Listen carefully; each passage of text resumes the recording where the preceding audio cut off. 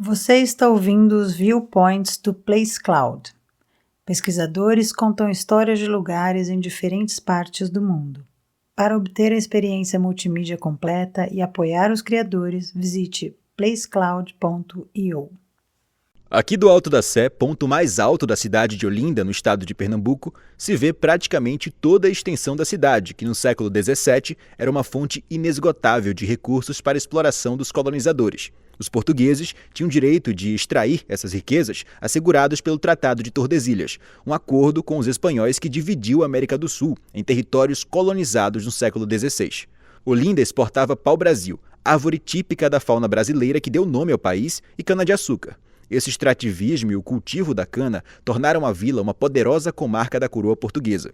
Era um dos centros comerciais mais importantes de Portugal, chegando a competir com as principais cidades do reino em luxo e ostentação. Mas o que Portugal, Espanha e os Países Baixos tinham em comum nesse período? Um interesse obsessivo pelo açúcar.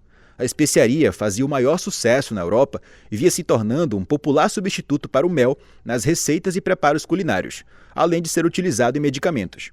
Este subproduto da cana-de-açúcar, muito popular em países de clima tropical, é uma das principais razões para a invasão holandesa em Pernambuco, que começou exatamente por Olinda.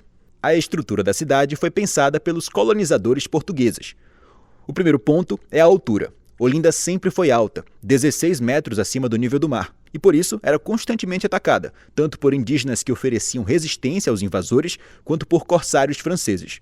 A visão de cima da costa era perfeita para avistar os inimigos e preparar as defesas. A população era de cerca de 3.500 pessoas, misturando portugueses e nascidos no Brasil, sem contar os africanos escravizados para o cultivo de açúcar, que também residiam no território. Olinda foi projetada pelos portugueses na segunda metade do século XVI. Pequenas ruas de pedra com prédios que remetem à arquitetura europeia da época e muitas igrejas. Os espaços religiosos sempre foram muito importantes para a vila e transformaram a organização de Olinda. Isso porque a chegada das ordens dos carmelitas em 1580, dos jesuítas em 1583, dos franciscanos em 1585 e dos beneditinos em 1586 foram determinantes para a catequização forçada dos indígenas, culminando na expansão territorial da cidade. Olinda era uma joia da coroa portuguesa, até que a morte de um rei sem herdeiros em Portugal mudou tudo. Dom Sebastião faleceu em 1578, aos 24 anos, lutando contra os mouros na Batalha de Alcácer Quibir, no Marrocos. A falta de príncipes levou o rei Filipe II da Espanha a reivindicar o trono português, alegando parentesco com Dom Sebastião e invadindo as terras lusitanas, anexando Portugal à Espanha no período conhecido como União Ibérica, que vai de 1580 a 1640. E como os Países Baixos entraram nessa história? Filipe II era um dos maiores inimigos da Holanda, que havia acabado de conquistar a independência da Espanha.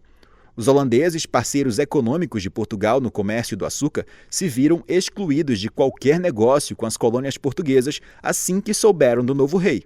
A decisão da Holanda foi invadir as colônias da União e tomar de vez o controle da produção açucareira e do comércio de escravizados.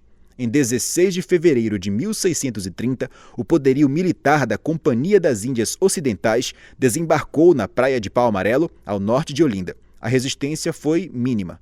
Os mais ricos chegaram a abandonar suas propriedades e fugir da vila. Afinal, por onde os invasores passavam, havia destruição, saques e morte.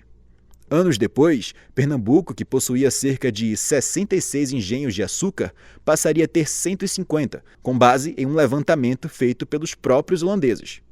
Anos depois, Pernambuco, que possuía cerca de 66 engenhos de açúcar, passaria a ter 150, com base em um levantamento feito pelos próprios holandeses. E assim, a cidade de Olinda passou a ser uma joia da República Holandesa.